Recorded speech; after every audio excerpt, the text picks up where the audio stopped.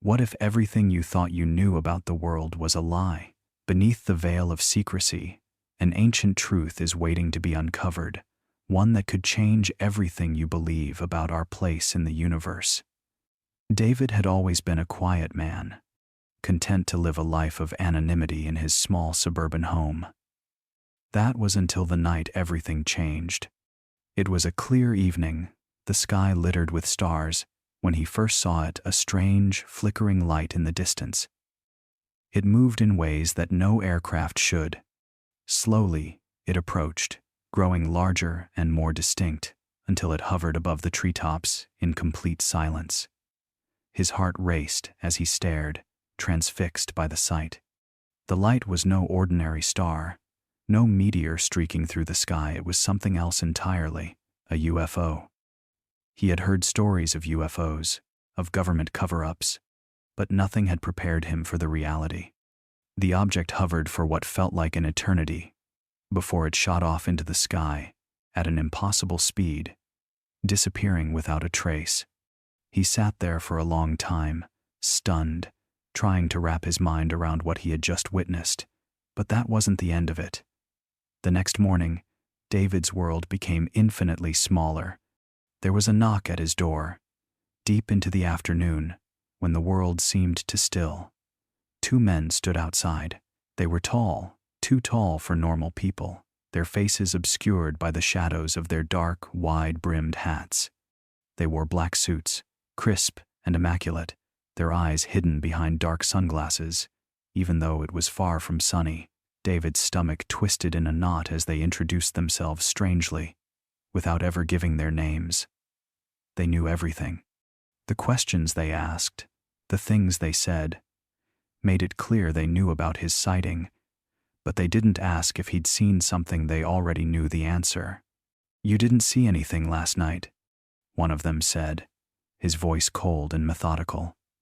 "We trust that you'll keep quiet." David felt the weight of the words settle in his bones. There was no question these men were not from around here. They exuded an authority that left him paralyzed, unable to speak.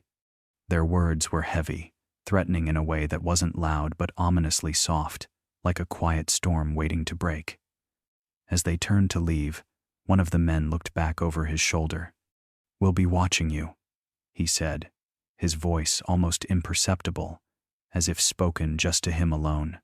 The chill of that statement lingered long after they disappeared down the street. That evening, as the sun dipped below the horizon, David couldn't shake the feeling that he was being watched. He felt it in every creak of the house, in every passing car outside his window. His heart, once calm, now raced at the smallest sound. Every time he went outside, his gaze instinctively darted toward the sky, waiting for the familiar, eerie glow to return. But it wasn't just the sky that haunted him now. It was the feeling that the men in black were always there, just beyond the corner of his eye, keeping him under their watchful gaze. The sense of paranoia seeped into every part of his life, and he realized that no matter how hard he tried, he could never go back to the life he once knew. The world, as he understood it, had shifted, and so had he. The desert air was still, cool against their skin as the group of friends sat around the campfire, its crackling warmth keeping the encroaching night at bay. Nevada's vast, empty landscape stretched out before them, the stars above shining brighter than most nights. The firelight danced across their faces, casting long shadows against the rocky terrain. Laughter echoed through the stillness, a sound that felt at odds with the infinite quiet of the desert. It was supposed to be a simple camping trip, a weekend of escape from the pressures of life, but that peaceful evening would soon spiral into something none of them could explain. A flash of light caught Rachel's eye, first a flicker in the distance, moving erratically across the sky. She stood up, squinting into the night, trying to make sense of the strange movement. "Guys, look at that," she said, her voice low, almost a whisper. The others followed her gaze, unsure at first, thinking it might just be a plane or a shooting star. But this wasn't anything like they had seen before. The light darted back and forth, too quick and erratic to be an aircraft. It grew brighter, pulsing with an intensity that seemed unnatural. Is that a UFO? Tom asked, his voice tinged with disbelief. No one said anything for a long time. The light hovered above them, too close now, casting a faint glow over the desert floor. It wasn't moving like anything they knew. Then, as suddenly as it had appeared, it shot upward, disappearing into the sky at a speed so fast it seemed impossible. For a moment, no one spoke. The silence that followed was heavy, filled with a strange tension. Rachel sat back down slowly, eyes wide. "What the hell was that?" she murmured. Just as they tried to process what they'd seen, the silence of the desert was broken by the sound of footsteps. At first, they thought it was another group of campers, but as the figures emerged from the shadows, their posture and movements were stiff, deliberate, like they were part of something much larger than the friends could comprehend. Two men in dark suits stood before them, tall and rigid, their faces obscured by the dim light. They didn't speak at first, just watched the group with an unnerving intensity. Rachel's heart began to pound in her chest as one of them finally spoke. "You didn't see anything tonight," he said, his voice cold and devoid of emotion. The words hung in the air like a command. The second man, equally silent, stepped forward, his dark glasses reflecting the firelight. Tom stood up, shaking his head. "What are you talking about? We saw—" "No," the man interrupted sharply. "You didn't see anything. You'll forget everything about tonight. Understand?" His voice held an authority that made Tom freeze, a feeling of dread creeping down his spine. Fear swept through the group, unspoken but palpable. They all felt it. This wasn't a normal encounter. This wasn't just some strange coincidence. They were being watched, controlled, in a way that was beyond their comprehension. The men didn't give them a chance to respond. As quickly as they had arrived, they turned and walked away, disappearing into the desert night. The friends remained there in stunned silence, the air around them now thick with fear and confusion. The light in the sky had vanished, but its presence lingered, and so did the unsettling knowledge that they weren't alone. Not anymore. Something had changed. The desert no longer felt like an escape, it felt like a trap. The sun had barely begun to dip behind the horizon when Jack Miller, a farmer in the small town of Pine Creek, noticed something strange in the sky. It wasn't the usual flicker of stars or the occasional airplane, but something far more unsettling. A large, bright light hovered silently above his fields, its shape shifting like liquid in the air. He stopped, standing still in the middle of his wheat field, heart pounding. The light darted in rapid, erratic movements, too fast and unpredictable to be any known aircraft. He squinted, trying to make sense of it. But then, just as quickly as it had appeared, the light shot upward, disappearing into the vast stretch of stars above. Jack didn't know what to think. It could have been a trick of his tired eyes, a misfire from a passing satellite, or even a reflection from a plane. But something about it felt wrong, like it didn't belong. He turned to head back to the farmhouse, but the unease lingered in the pit of his stomach. That night, Jack couldn't shake the feeling that the sky above him was watching. The next morning, as Jack made his rounds across the farm, he found the first sign that something was terribly off. The rows of corn he had spent weeks carefully tending were gone, completely vanished. Only the empty earth remained, as if the crops had been plucked from existence. His breath caught in his chest. He knelt down, running his fingers through the soil. No footprints, no disturbances, just the flat, untouched ground. It made no sense. Then, as he turned to inspect the barn, he heard it. The faint sound of scraping against metal, low and rhythmic, coming from somewhere deep in the dark corners of the farm. Jack's pulse quickened. It was an odd noise, one he hadn't heard before, and it was followed by a distant rumble, almost like the earth itself was shifting beneath his feet. That afternoon, as he stood at the fence near his fields, the air growing heavier with every passing minute, a black car pulled up at the end of his long dirt driveway. Jack had seen it before, always around the same time, and never far from the farm. A man in a dark suit stepped out, his face obscured by sunglasses despite the overcast sky. Jack's stomach tightened. The man didn't walk, he moved, each step deliberate, like he knew Jack would be there. The agent stopped before Jack, standing motionless for a moment before speaking in a low, monotone voice. "You saw something last night," the man said. Jack opened his mouth to speak, but the words stuck in his throat. The agent's eyes remained hidden behind the dark lenses, but there was no mistaking the coldness in his voice. "Keep quiet, or else."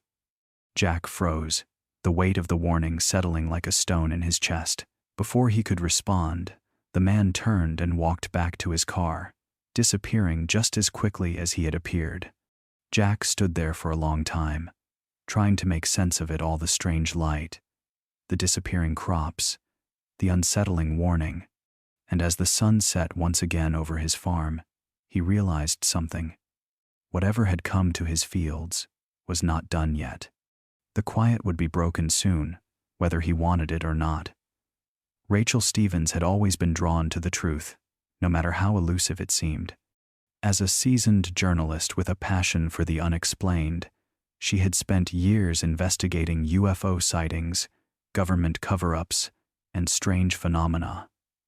She thought she had seen it all, but nothing prepared her for the pattern she was about to uncover. It started with a series of unusual reports from small towns across the country. Eyewitnesses describing strange lights in the sky, objects moving in ways that defied explanation. At first, Rachel chalked it up to isolated incidents, the result of overactive imaginations or misidentified military activity. But as she dug deeper, she began to notice something far more sinister. The witnesses were too similar, their stories too consistent, and many of them shared an unsettling detail. After their encounters, they were visited by men in black suits. Rachel couldn't ignore the growing sense of unease.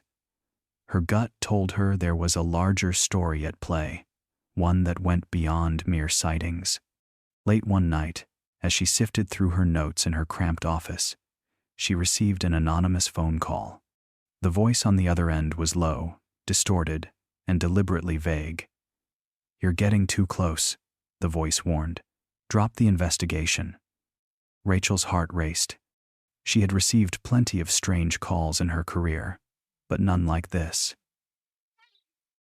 The tipster knew too much about her research, and the message was clear. Someone didn't want her asking questions. She hung up the phone and stared at the receiver, wondering who would go to such lengths to stop her. The next morning, Rachel set out to track down key witnesses in a recent case. A retired military officer who had described seeing a UFO while stationed in Nevada. But when she arrived at his home, she was met with an eerie silence. No one answered the door. A neighbor mentioned seeing him leave days ago but couldn't say where he went. Rachel felt the first pangs of doubt. This wasn't just a coincidence. As she pressed on, another witness vanished, this time a local farmer who had claimed to have seen a UFO land near his property. Rachel's frustration grew, but her resolve hardened. She knew something was being hidden, and the more she uncovered, the more it felt like she was being actively pushed away from the truth. The men in black had made their presence known before, and now, it seemed, they were working in the shadows to erase all traces of the witnesses. Her investigation led her down a dark and winding path, each step uncovering more unsettling clues: missing persons, damaged documents, and government agencies denying any involvement. But the deeper she went, the more isolated she became. The people she interviewed seemed to disappear without a trace, and the once promising leads turned cold.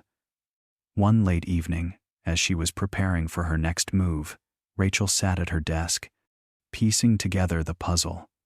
The phone rang again, its shrill tone cutting through the silence.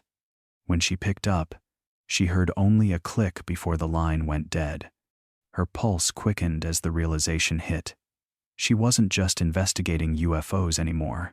She was unraveling a conspiracy, one that someone wanted to bury, no matter the cost. Captain Thomas Harris had spent his entire life in the skies. As a seasoned pilot with decades of experience, he had seen just about everything the heavens had to offer. But nothing could have prepared him for what happened during a routine training flight many years ago. It was the kind of encounter that would haunt him for the rest of his life, a moment of sheer disbelief that he could never forget. On that clear afternoon, the sky stretched endlessly in front of him, a perfect canvas for his plane to glide through. As he ascended into the clouds, something caught his eye, a strange, bright light darting across the horizon. At first, he thought it might be another aircraft, but the movement was unlike anything he had ever witnessed. The object zipped around with unbelievable speed, changing direction on a dime, before vanishing as quickly as it had appeared. Thomas tried to shake it off, attributing it to a trick of the eyes or perhaps an anomaly in the instrument readings. But the unsettling feeling lingered long after he landed. He couldn't explain what he had seen, and the more he thought about it, the more he felt an overwhelming need to keep it to himself. It wasn't long before the first knock on his door came 3 men in dark suits, their faces stern and unreadable. They had no identification, no reason for their visit other than to remind him of something he had never spoken of. They wanted to know exactly what he had seen in the sky that day, and they didn't take kindly to his hesitation. They spoke of silence, of threats wrapped in carefully chosen words. "Don't talk about what you saw, Captain. Keep quiet, or the consequences will be dire," one of the men had said, his voice cold and calculating. There was no room for argument. The warning was clear. His life, his career, and perhaps even his safety depended on his silence. Thomas had always been a man of duty, a man of honor. But the visit from the men in black had shattered something inside him. They didn't just threaten his career, they threatened his very existence. They left him with a chilling reminder, a simple statement that would haunt him for the rest of his days: "We're always watching." In the years that followed, Thomas's life took a dark turn. What had once been a peaceful retirement became an existence clouded by paranoia. He couldn't shake the feeling of being watched. No matter where he went, no matter how mundane the task, he always felt eyes on him. Strange cars parked near his house at odd hours, figures in the distance who seemed too familiar, too intent on following his every move. He never spoke of the UFO again, not to his family, not to his friends. But the fear never left. Every shadow seemed to conceal a hidden figure. Every quiet street felt like a trap waiting to be sprung. The nightmares started. 2 nightmares of dark suits, cold voices, and the persistent feeling that no matter how far he ran, he would never escape the watchful eyes of those who had threatened him all those years ago. Carl had always been a skeptic. He prided himself on his rationality, his belief that everything in life had a logical explanation. But that night, driving alone through the desolate stretch of highway outside of town, all that certainty was shattered. It was late, the kind of hour when the world felt deserted, when the only sound was the hum of his engine cutting through the night. The headlights illuminated the road ahead, casting long shadows over the empty landscape. Then, in the distance, he saw it at first. It was a faint glow on the horizon, but it grew brighter, pulsing in an eerie, rhythmic pattern. Carl's grip on the wheel tightened, his heart rate quickening. At first, he thought it was an aircraft, maybe a helicopter, but it wasn't moving like one. It hovered, floating, perfectly still in the air. His mind raced as he slowed the car to a stop. The object was massive, a strange, shimmering disk, its surface reflecting the moonlight, in an almost unnatural way. Carl's breath caught in his throat as the craft slowly shifted, gliding through the air with a fluid motion that defied gravity. It was unlike anything he'd ever seen a true UFO. The encounter lasted only a few minutes, though it felt like hours. The craft hovered silently above him, casting an odd, unsettling glow over the landscape. Carl wanted to reach for his phone, to capture a photo, to prove to himself that he wasn't imagining it, but something kept him frozen, a sense of dread creeping over him, as if the craft somehow knew he was there. Then, just as suddenly as it appeared, it shot off into the sky, disappearing in the blink of an eye. Carl sat in stunned silence for a moment, the world around him returning to normal, as if nothing had happened. He didn't know what to make of it, but he knew one thing for sure: he couldn't let it go. He had to share his story. The next day, Carl told a few friends, then called a local news station. He thought maybe someone could help explain what he had seen, that maybe he wasn't crazy. But then the visits started. The first came a week later. Two men, dressed in dark suits, their eyes hidden behind dark sunglasses, despite the morning light. They showed up unannounced at his door, introducing themselves with no names, no badges, nothing to identify them. "We heard you've been telling people about something you saw," one of them said, his voice low and cold. "You need to keep that to yourself. Understand?" Carl nodded, taken aback by their commanding presence, but still skeptical. "I didn't mean any harm," he stammered. "We don't care what you meant," the other man replied. "Just stop talking. No one needs to hear your story." They left as abruptly as they came, leaving Carl with a creeping unease he couldn't shake. He tried to continue with his life, but the visits didn't stop. They came again, and each time, the men were colder, their warnings more insistent. The last time they came, Carl could hardly keep his hands from shaking. They spoke to him like he was beneath them, as if his very existence didn't matter. All they cared about was his silence. By then, Carl had begun to question himself. Should he have kept quiet? Had sharing his encounter opened some door he couldn't close? Every moment of peace was now shattered by the fear that they were watching him. The quiet, haunting dread of knowing there were eyes in the shadows, waiting for him to slip up, to speak out again. Maggie had always been a curious person, someone who questioned the world around her. That's how she ended up at the edge of the small forest near her home one warm autumn evening, looking up at the sky. When she saw it, at first she thought it was just a plane, but it moved differently, darting back and forth in the sky, changing directions at impossible speeds. Her heart began to race as the object grew larger, hovering just above the tree line, glowing faintly with an otherworldly light. She stood frozen, unable to look away. The craft was silent, but its presence filled the air with a tension she couldn't explain. The UFO disappeared as quickly as it had appeared, vanishing into the darkened sky without a sound. Maggie's breath came in short gasps, her mind struggling to process what she had just witnessed. She stood there for what felt like an eternity, the night suddenly feeling too still, too quiet, shaken. She made her way back to her house, locking the doors behind her. The image of the craft burned into her mind. As she sat in the silence of her living room, the flickering of her television screen, the only light, she began to tell herself it was just a fluke, something her mind had imagined. But then came the car. It was around midnight when she noticed the black, unmarked vehicle slowly driving past her house. Maggie had never seen that car before. It wasn't the kind of car you would forget.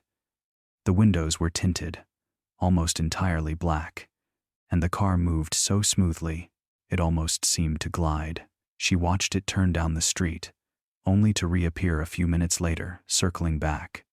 At first, she thought it was a coincidence, but when it happened a third time, her blood ran cold. The car stopped directly in front of her house. For a moment, everything was silent. Then, two men stepped out, They were tall, their movements precise and deliberate, dressed in dark suits that seemed out of place in the small town. The streetlights barely illuminated their faces, but Maggie could see enough to know they were watching her. She felt their eyes on her, as if they were waiting for her to make the next move. They didn't knock on her door. Instead, they stood outside, staring at her windows, their gaze unblinking. Maggie felt trapped, her legs frozen, as though they were pulling her into the window by sheer force of will. Eventually, one of the men stepped forward, his voice calm but sharp. "We know what you saw," he said, his tone sending a chill down her spine. "You didn't see anything, and we'd like to keep it that way." Maggie's heart hammered in her chest. She wanted to speak, to ask them what they wanted, but the words caught in her throat. "Here's the deal," the second man said, his voice eerily soft, like a whisper in the wind. "You forget everything. You walk away, and we forget you ever saw it." Her mind raced. "And if I don't?" The first man smiled, but it wasn't reassuring. "Then we stay, and you'll never feel safe again." They didn't leave, standing there in the dark for what felt like hours. Maggie's stomach twisted with fear as the minutes dragged on, her silence the only thing keeping the men from taking the next step. Finally, she nodded, defeated, too terrified to refuse. "We'll forget," she said, her voice barely a whisper, as she watched the black car drive off into the night. But even as she promised herself she would never speak of it again, Maggie couldn't shake the feeling that they hadn't left her alone, that no matter how hard she tried to forget, the shadows would follow, and she wasn't sure she would ever truly feel safe again. For years, Daniel Turner had dedicated his life to UFO research, sifting through hundreds of reports and testimonies, looking for the hidden truth behind the strange sightings that seemed to happen all over the world. He was meticulous, his passion bordering on obsession, but one particular case caught his attention more than any other. It was a series of unusual sightings near a remote military base in the Nevada desert. The sightings had been dismissed by local authorities as weather balloons or experimental aircraft. But something about the consistency of the reports told Daniel there was more. One evening, as he sat in his small office surrounded by stacks of case files, the phone rang. It was a voice he hadn't expected to hear. "I have information you'll want to see," the man on the other end of the line said, his voice low, almost hesitant. "But you have to meet me in person. I can't talk over the phone." Daniel's heart quickened. He had heard the rumors informants who knew too much, people who had been silenced or simply disappeared after making contact with others in the UFO community. Still, his curiosity pushed him forward. He agreed to meet the informant, a man named Greg, at a diner on the outskirts of town. When Daniel arrived, he saw a figure sitting in a corner booth, his face partially obscured by the brim of a baseball cap. Greg was nervous, constantly looking over his shoulder, as if he were expecting someone to walk in at any moment. Daniel sat down across from him, his eyes scanning the quiet diner for any signs of danger. "I've seen them," Greg whispered, glancing around. "I know what they're hiding. It's not just UFOs. It's something much bigger." He handed Daniel a manila envelope filled with photographs and documents, evidence that seemed to corroborate many of the wild theories Daniel had been chasing for years. There were images of unidentified flying objects, but more troubling were the government documents, stamped with the words, "Top Secret." Greg had been working on the inside, pulling strings and digging through classified files, and now he was sharing everything. But just as quickly as it had started, their conversation ended. As Greg stood up to leave, Daniel noticed a black car parked outside the diner, its windows darkened. The hairs on the back of his neck stood up, but he shook off the feeling. Greg waved goodbye and slipped out the door, his figure swallowed by the night. The next day, Daniel tried to call Greg. The line was dead.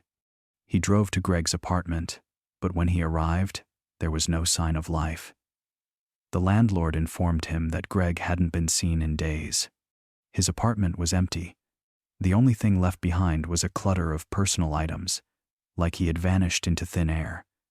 It wasn't the first time someone had disappeared under mysterious circumstances, but the more Daniel dug, the deeper the mystery grew.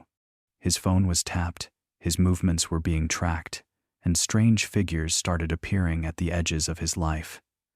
The case went cold, but Daniel couldn't stop searching. His desire for answers pushed him into dangerous territory, where shadowy figures with dark suits seemed to lurk just beyond his reach. He knew the risks, but the truth, whatever it was, had become more important than his own safety.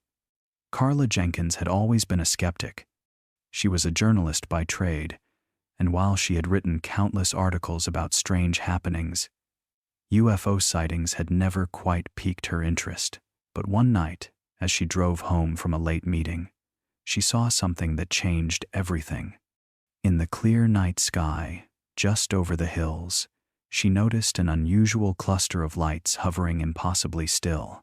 Her heart raced as the lights danced, shifting shapes, leaving behind an eerie sense of something unnatural in the air. The next morning, feeling unsettled but compelled, she wrote about it. Her article appeared in the local newspaper, a small column, nothing more than an anecdote among the usual crime reports. Carla didn't expect much of a response. She simply wanted to document what she had seen. But what happened next was anything but ordinary. The evening after her article was published, Carla sat in her living room, the faint hum of the TV the only sound in the house. The streets outside were quiet, as they always were in her sleepy little neighborhood. She was just about to turn in for the night when a sudden noise caught her attention, a soft, scuffing sound outside her front door. She frowned, thinking it was the wind, but when the sound came again, this time louder, she felt a sudden chill run down her spine. She went to the window and looked outside. There, standing at the edge of her driveway, was a tall figure dressed in a dark suit. The figure didn't move, just stood perfectly still, staring directly at her window. His features were obscured by the darkness, but something about him made the air feel heavier, colder. Carla's heart skipped a beat. Her fingers trembled as she pulled the blinds back slightly, keeping herself hidden. She didn't know who he was, but it felt as if he knew exactly where she was. A low voice broke the silence, coming from just beyond the window. "You've said too much." The man's voice was calm, almost too calm, but it sent a wave of dread through her body. "You should have kept quiet about what you saw." Carla froze. Her mouth went dry, and she felt her knees weaken. "Who are you?" she managed to ask, her voice barely a whisper. But the man didn't answer her question. Instead, he took a step forward, his shadow stretching unnaturally long across the pavement. "Forget it," he continued. "Forget everything. If you don't, there will be consequences." Before she could respond, he turned and walked into the darkness, disappearing as suddenly as he had appeared. Carla stood there for a long moment, her breath shallow, her mind racing. The dread that had settled deep in her chest didn't leave. The feeling that she was being watched never faded. Over the following days, she couldn't shake the thought that something was always just behind her, hidden in the shadows. The peaceful, quiet life she had once known seemed to evaporate, replaced by an ever-present fear of what she had uncovered. Every knock at the door, every creak in the house, sent her into a state of panic. She couldn't tell anyone.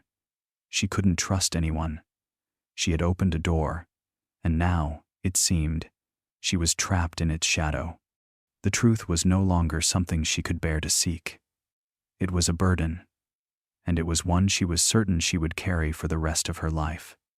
The night was calm, as four friends drove down the desolate highway, their laughter filling the air as the headlights of their car cut through the darkness. They were on a cross-country road trip, enjoying the freedom of the open road, with nothing but the hum of the tires on asphalt to keep them company. The landscape around them stretched endlessly, nothing but dry fields and the occasional flicker of distant town lights. It was Greg who first noticed it, a flash of light in the rearview mirror that caught his eye. At first, he thought it was just the reflection of their car's headlights, but when he glanced up, the light was much too bright, too focused, to be anything ordinary. "Hey, look at that," Greg said, pointing out the window. The others followed his gaze, and they all fell silent. Hovering above them, casting an eerie glow over the road, was a large, circular object. It was unlike anything any of them had ever seen before. The light it emitted wasn't harsh or blinding, but rather it bathed the entire landscape in an almost surreal, soft glow. It hovered in place, perfectly still, hanging in the night sky like a silent observer. For a moment, no one moved or spoke. The car continued to roll forward, but time seemed to slow, as if the world around them had frozen in place. "What? What is that?" Lucy whispered, her voice barely audible. The UFO remained perfectly stationary, its surface smooth and reflective, like nothing the group had ever imagined. Then, without warning, the object shot off into the sky at an impossible speed, vanishing from sight in an instant, leaving only a fading trail of light behind. The car continued down the road, but now the atmosphere inside was thick with unease. The once pleasant road trip had taken a sudden, unsettling turn. "I can't believe what we just saw," said Adam, his voice trembling slightly. Greg gripped the steering wheel tighter, glancing nervously at the empty road ahead. "I don't know what we saw, but we've got to keep moving. No one's going to believe us if we stop." But before anyone could respond, headlights appeared in their rearview mirror, too close, too bright. The car behind them seemed to be moving unnaturally fast. Then, with a sudden jolt, two black cars pulled up alongside them, forcing their vehicle to a stop. The doors opened simultaneously, and two men, dressed in black suits and sunglasses, emerged. They approached the car without a word, their movements stiff, mechanical, like something out of a nightmare. "Get out of the car," one of them said, his voice devoid of emotion. The group complied, stunned and confused. The men in black stood tall and rigid, their dark eyes scanning the group as if they already knew everything about them. "You saw something," the other agent said, his voice cold as ice. "You didn't see anything." Greg tried to speak, but the agent's gaze silenced him instantly. "You tell anyone about this, and there will be consequences," the first agent warned. His tone was chillingly calm, but the menace behind his words was undeniable. The friends exchanged uneasy glances, the weight of the threat hanging heavily in the air. "We won't say anything," Greg stammered. "You'd better not," the second agent added, his voice low and dangerous. Without another word, the agents turned and walked back to their cars, getting inside and driving off just as quickly as they had arrived. The group stood frozen on the side of the road, the sound of their hearts pounding in their chests louder than anything else. No one said anything for a long time, as the weight of the encounter began to settle in. They had seen something they couldn't explain, and now, they would never be the same. James Caldwell had always prided himself on his ability to solve mysteries. A seasoned private investigator, he was accustomed to tracking down leads, uncovering secrets, and connecting dots others couldn't see. But when he took on the case of the recent UFO sightings in his small town, he quickly realized that the mystery he was stepping into wasn't like any case he had worked before. It started innocuously enough, with reports of strange lights in the sky and whispers of alien encounters. Caldwell, ever the skeptic, had initially brushed it off as the product of overactive imaginations or hoaxes. But then, one of his sources, a local man named Roger, came forward with a story that sent a chill down his spine. Roger had seen something far beyond what the local newspapers had reported. He claimed to have been close enough to the UFO to see its structure, but when he tried to tell anyone, he was silenced by a pair of men in black suits. Roger's life had taken a dark turn after that encounter, and now Caldwell could sense the man's fear. Intrigued, Caldwell dug deeper. He found more reports, some credible, others too far-fetched to believe. But as he followed the trail, strange occurrences began to plague his own life.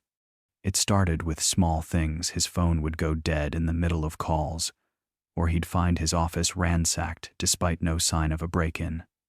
He dismissed them at first, telling himself it was just coincidence. But then the men in black appeared. Not in person at first, but in the form of constant surveillance. Caldwell noticed unfamiliar cars parked near his apartment, and the same men seemed to pop up in different places. No matter where he went, it felt as though he was being watched. And one night, he found a note on his desk, typed in cold, mechanical letters. "Stop digging. You're asking questions you shouldn't." His pulse quickened as he read the message over and over, the weight of the warning sinking in. But Caldwell wasn't the type to back down. His mind raced with the possibilities. What if there was something more to the sightings? What if Roger's story wasn't just a fabrication? He couldn't let it go. But the more he uncovered, the less he understood. There were too many unanswered questions, and every time he thought he was getting closer to the truth, the men in black stepped in, tightening their grip on the investigation. The mystery seemed to slip further and further from his grasp, no matter how hard he tried to hold on. Each new lead only led to more questions. What were they hiding? And why were they so determined to keep the truth buried?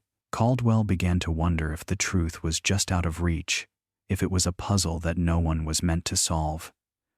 The fear that had once only haunted his sources now gripped him too. The more he searched for answers, the more he felt himself becoming a part of the mystery, caught in the web of a truth that may never see the light of day.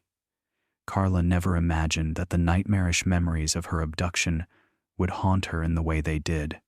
It had been 2 years since that fateful night, but the vivid flashes of lights, strange figures, and the feeling of floating helplessly through a craft's cold, sterile interior never seemed to fade. Sometimes, she could almost hear their voices, low and unintelligible, as if they were speaking directly to her mind.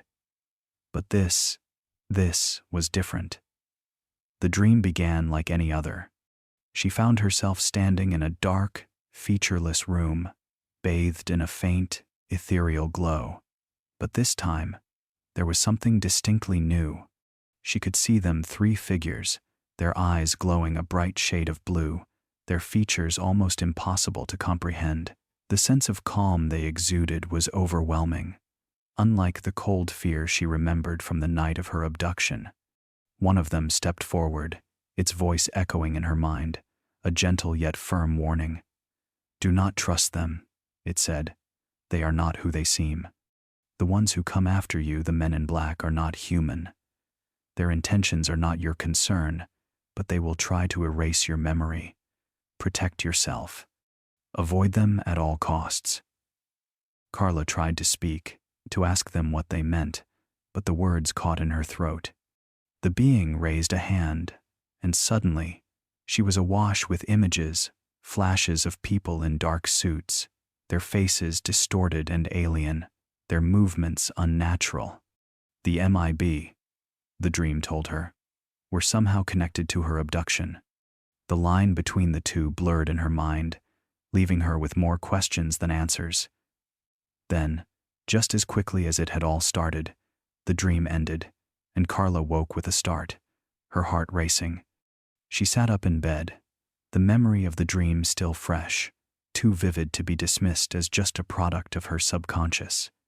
She felt as though the warning was etched into her mind, its urgency pulsing through her veins. She had to keep away from the men in black, but how? They were always one step ahead of her. The following weeks were a blur of unease. Carla couldn't shake the feeling that something or someone was watching her. She would find strange cars parked near her house, unfamiliar faces lurking at the corners of her vision. And then it happened. They came for her. Two men in black suits, their expressions unreadable, appeared at her door one evening. Their cold gaze sent a shiver down her spine as they introduced themselves with vague, unsettling words. "We need to talk about what you saw. It's time to move on," one said, his voice mechanical. She didn't know what to do. The warning from the dream echoed in her mind, urging her to run, to hide. But the men in black were already here, and they weren't leaving without her.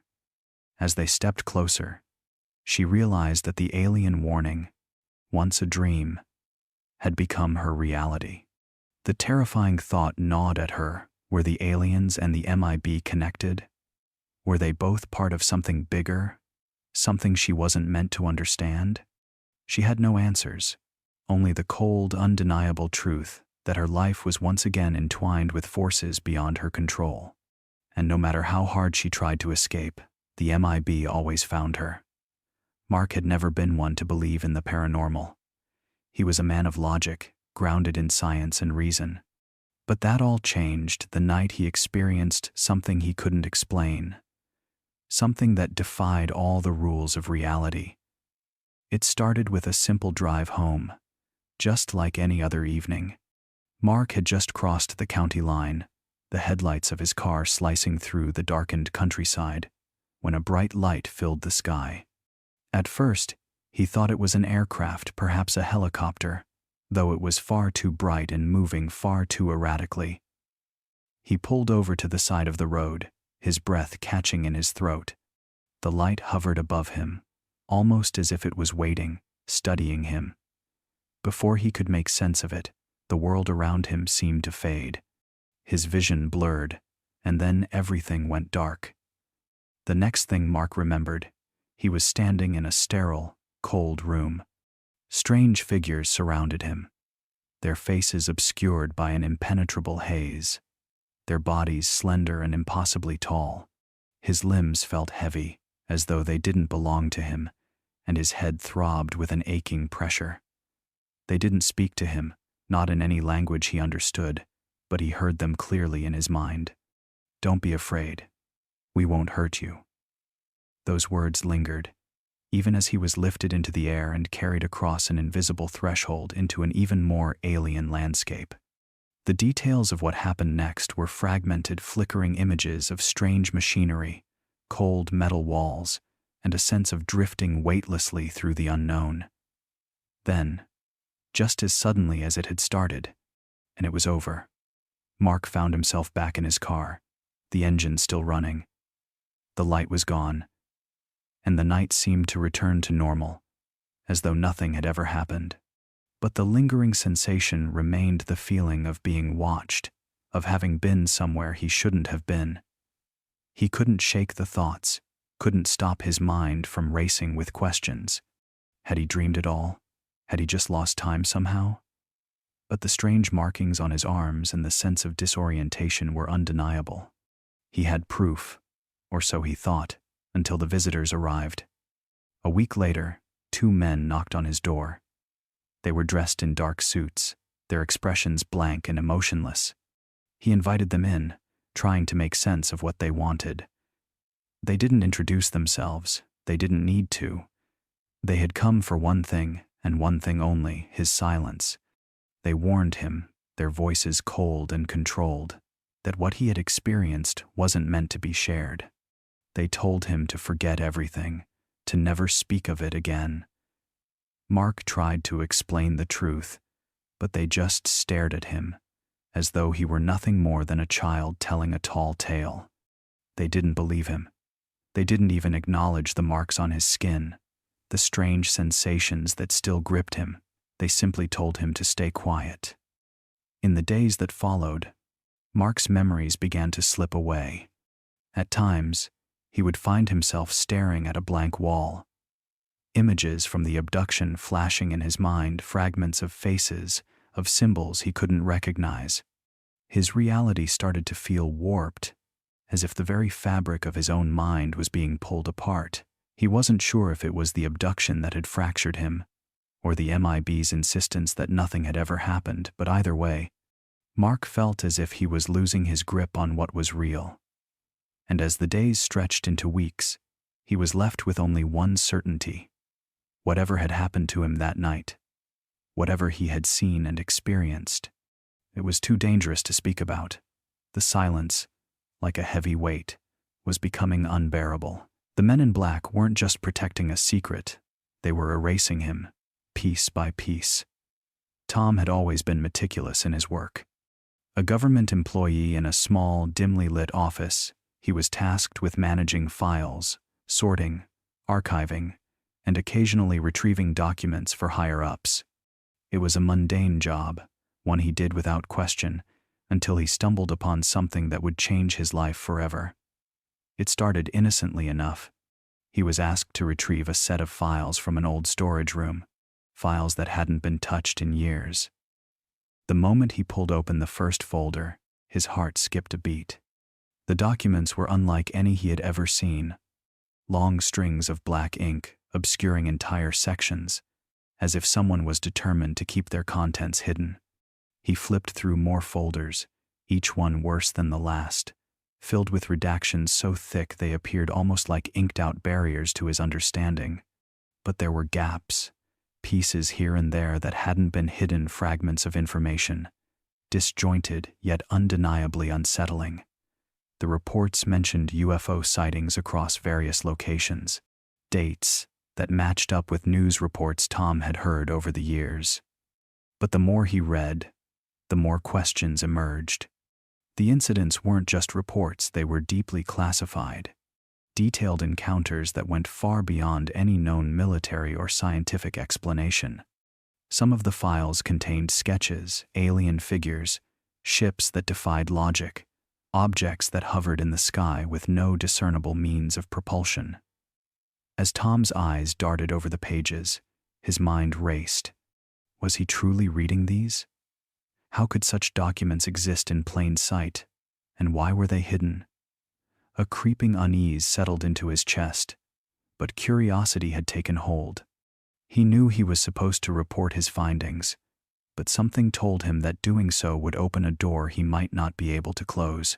He photocopied the pages quickly, shoving them into his bag and promising himself he would look at them later, in the safety of his own home. But as soon as he stood up from his desk, he felt a presence in the room, a chill that seemed to thicken the air around him. He turned, but no one was there. The next day, things escalated. A man in a dark suit arrived at his office. He was well-groomed, his face impassive, and his eyes darkened with a kind of knowing coldness. He wasn't introduced. Tom didn't even have a name to put to him. The man simply asked if Tom had been going through certain files, mentioning them by code, as though he already knew everything. Tom's heart pounded in his chest as he lied, telling the man that he hadn't seen anything out of the ordinary. But the man wasn't convinced. His eyes lingered on Tom's bag, where the photocopies now felt like a ticking bomb, concealed but unmistakable. "You haven't seen anything," the man said flatly.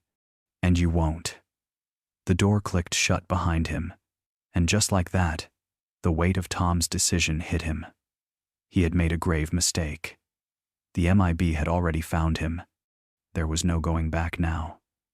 The days that followed were a blur. Strange men began appearing outside his office, his home. His co-workers, once familiar faces, now seemed distant and suspicious. Tom couldn't shake the feeling that he was being watched. Everywhere he went, he felt eyes on him. The men in black were following him, tracking his every move, and he was powerless to escape them. Each attempt to continue with his normal life was thwarted. His phone calls went unanswered, his emails erased before they even reached their recipients. And then, when he went to retrieve the photocopies from his bag, they were gone, vanished without a trace. Tom was trapped in a web of secrecy now. He wasn't sure who was watching or who he could trust. But one thing was certain. He had uncovered something that was never meant to be seen, and the MIB had made it clear some secrets were never to be revealed. Dr. Charles Avery had dedicated his life to unraveling the mysteries of the universe. An astrophysicist and renowned expert in extraterrestrial phenomena, his research had always been grounded in logic and evidence. But when he first encountered the star maps, he couldn't shake the feeling that he was looking at something far beyond human understanding.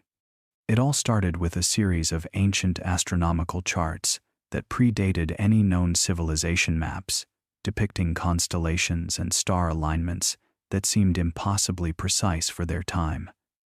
Avery's fascination grew as he began to dig deeper, comparing these maps with modern star charts.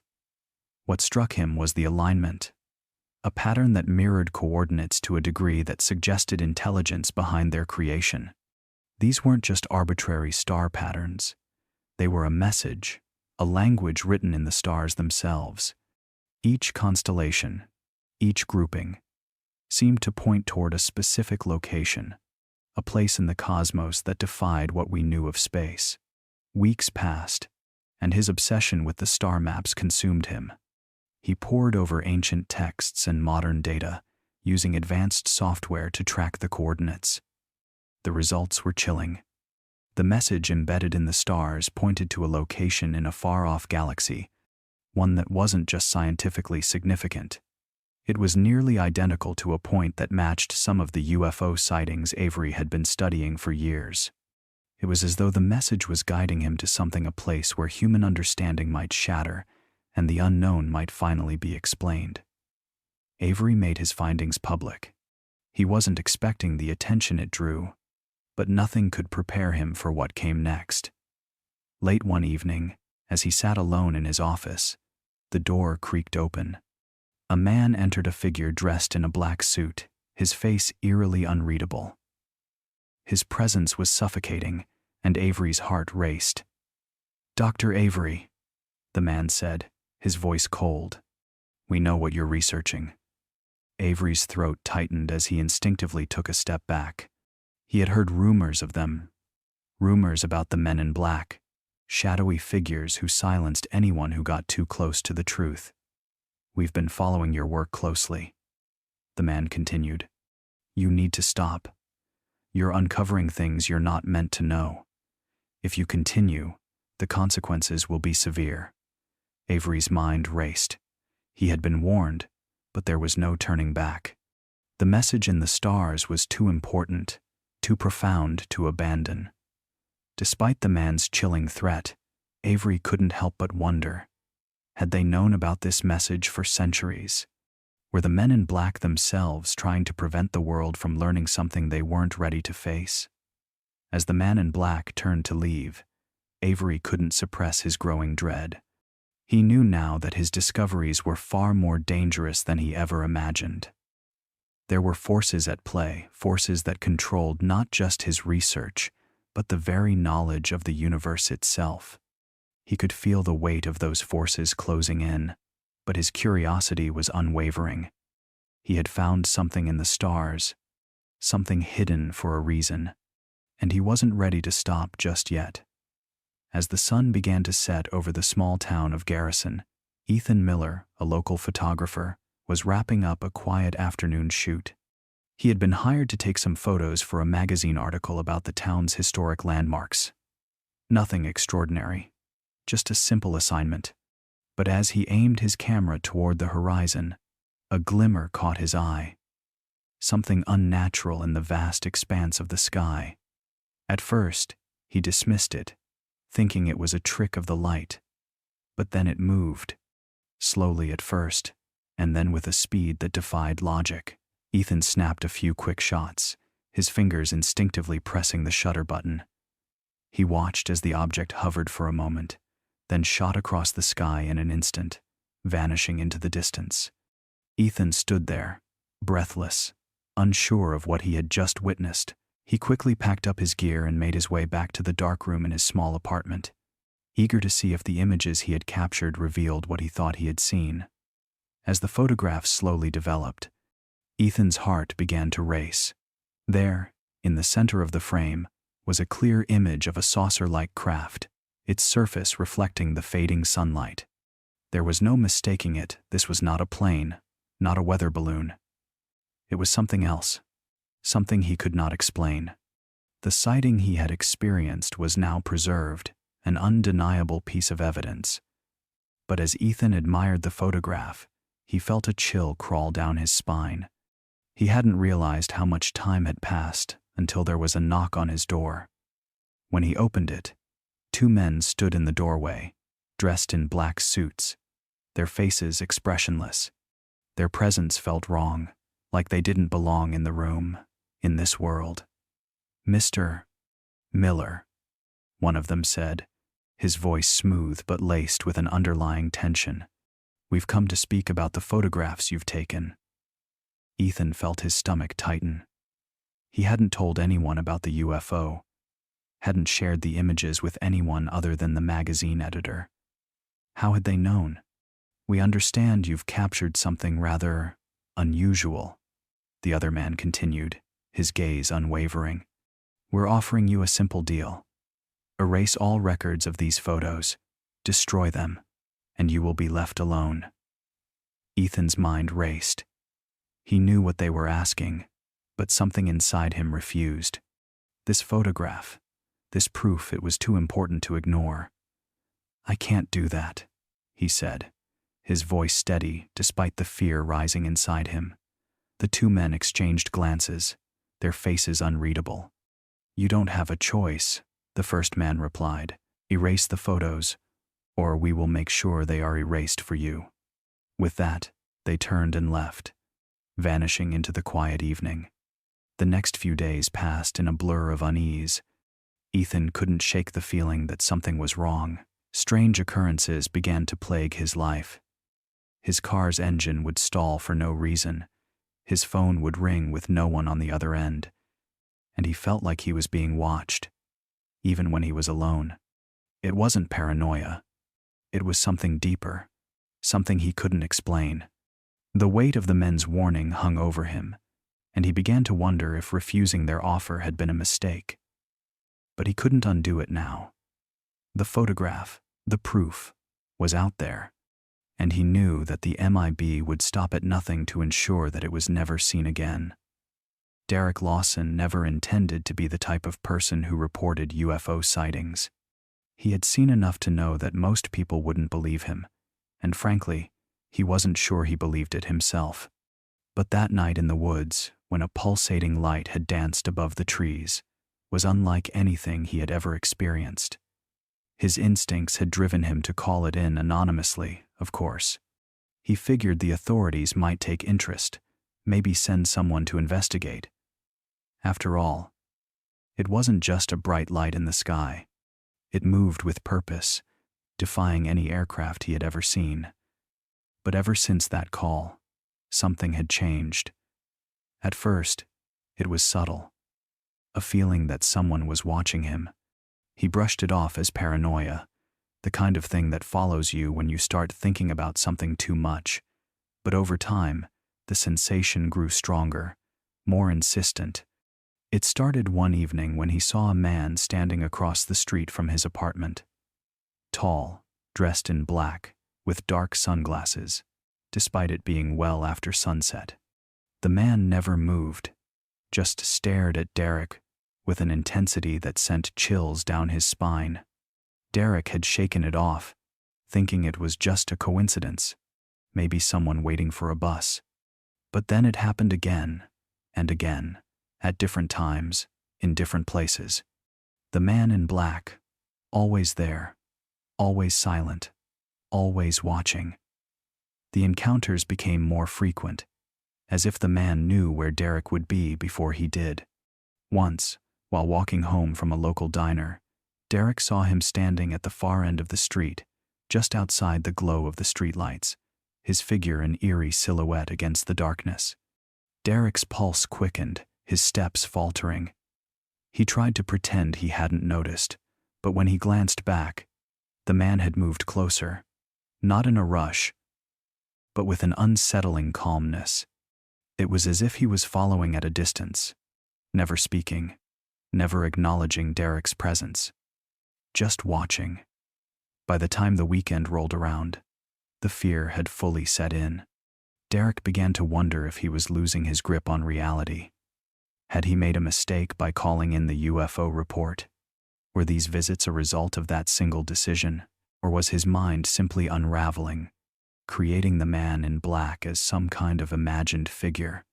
Each time he tried to brush it off, to convince himself it was just his anxiety getting the better of him, something deeper gnawed at him. What if he was being watched? What if this man wasn't just some random passerby but a deliberate observer? The thoughts swirled in his head as he lay awake, staring at the ceiling in his dark apartment. He had no answers, only the unsettling feeling that his life was no longer his own. That something was tracking his every move, and he had no idea how to stop it. It wasn't just paranoia. He could feel it. He was being followed. The question was, who was he really dealing with? An agent? Or his mind playing tricks on him? The sterile white room felt suffocating as Robert sat in the metal chair, his hands clasped tightly together in his lap. The walls were bare, smooth, with a cold, lifeless glow from the single overhead light. It was the kind of room that drained the soul, the kind of place designed to make a person feel insignificant. He had been here for what felt like hours, but time had lost all meaning. His mind buzzed, groggy and thick, as though something were clouding his thoughts. Two men stood before him, dressed in identical black suits, their expressions unreadable. Their eyes, dark and penetrating, seemed to see through him, to peel away the layers of his mind. They hadn't said much at first, but now the questions were coming fast, each one more intense than the last. "Tell us what you saw," one of them demanded, his voice flat, devoid of emotion. Robert opened his mouth, but no words came out. His memory of the event, the UFO sighting just a few days ago, seemed to slip further away with each passing second.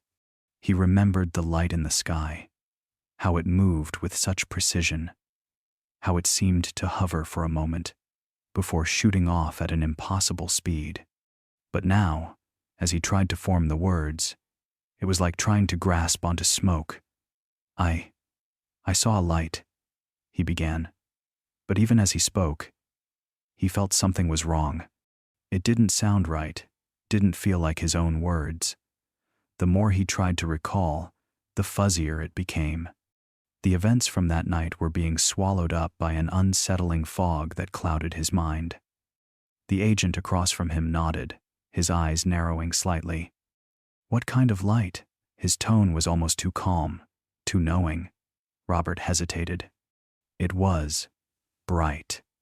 It hovered above the trees, and then it vanished. The agent's lips twitched in something like a smile, but it didn't reach his eyes. "And you were with who exactly? Your friend Mike, was it?" Robert froze, his breath catching in his throat. He hadn't mentioned his friend, Mike. Not to anyone. How could they possibly know? The room felt smaller now, the air thicker. He tried to recall Mike's face, but it seemed just as distant as the rest of the memory. The words of the agent echoed in his mind, repeating over and over, as though his thoughts were being twisted, distorted by some unseen force. "Mike," Robert murmured, his head swimming. "Yeah, Mike. He was with me." The agent didn't say anything for a long moment, only stared at him with those cold eyes. Then, he leaned in slightly, his voice dropping lower. "You're not telling us everything, Robert. You're holding back." A sharp pang of dread shot through Robert's chest, but he couldn't quite place why. The fog in his mind was thickening, clouding his thoughts until the details of the UFO encounter were slipping through his fingers like grains of sand. He should remember more. There should be more to say, more to recall. But the harder he tried, the less he could grasp. His vision blurred as the agent's voice cut through his fogged mind again. But it felt far away, distant, like it was coming from another room entirely.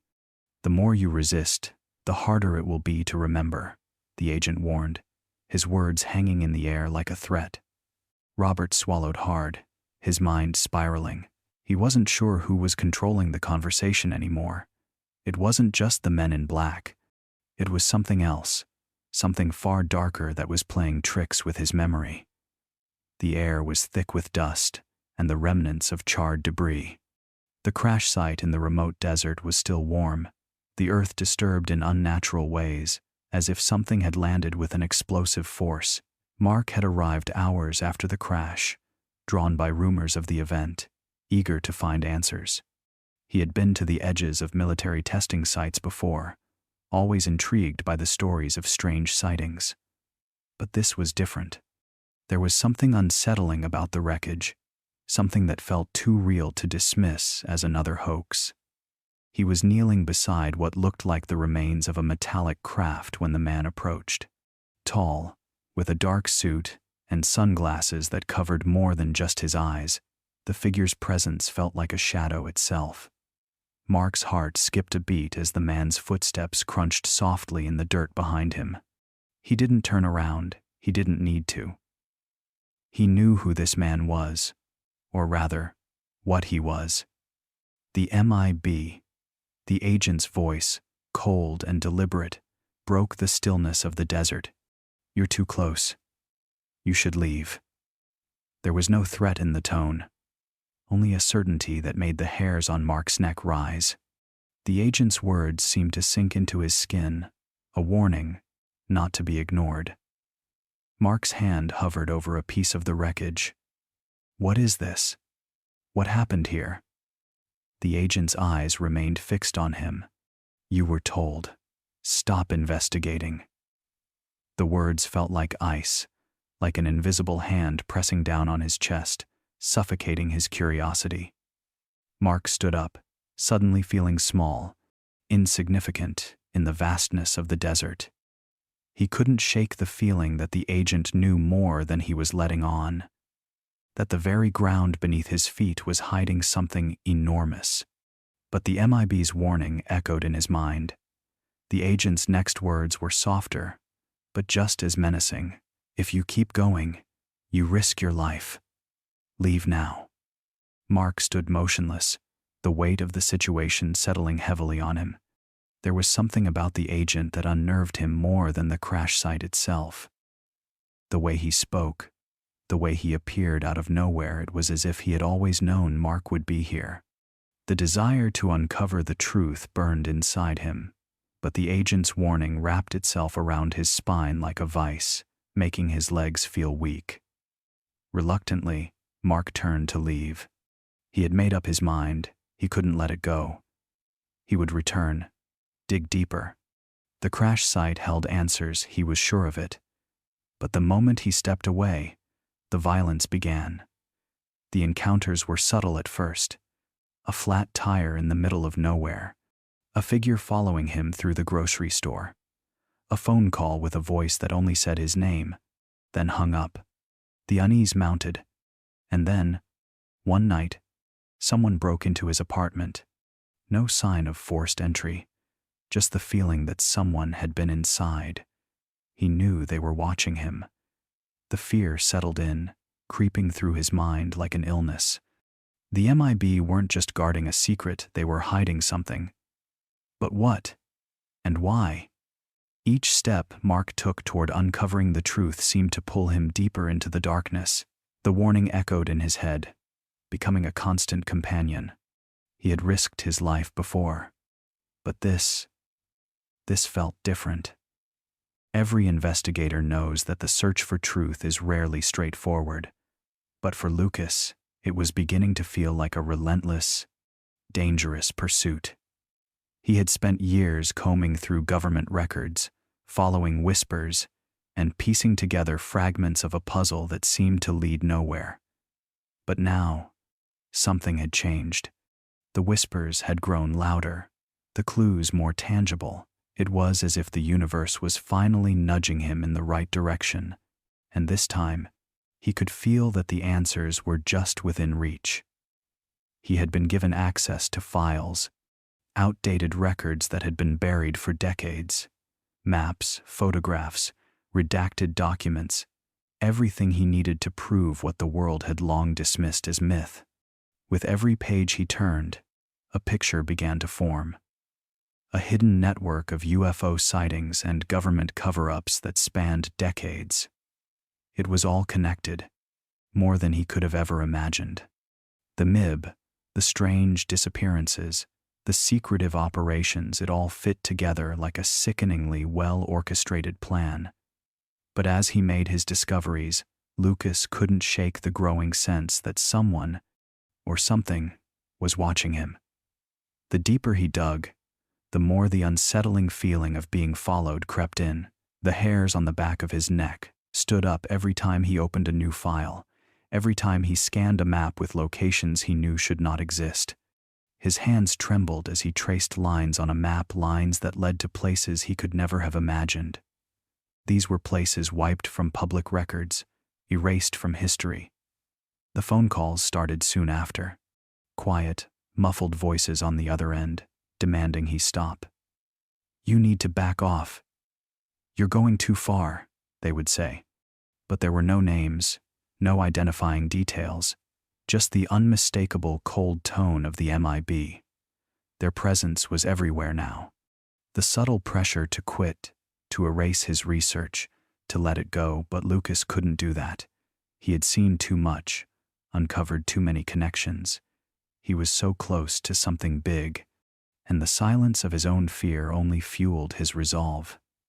He began to notice the patterns, the unmarked cars parked down the street, the faces that lingered too long at the corner of his eye, the cryptic warnings that came in the form of texts from unknown numbers.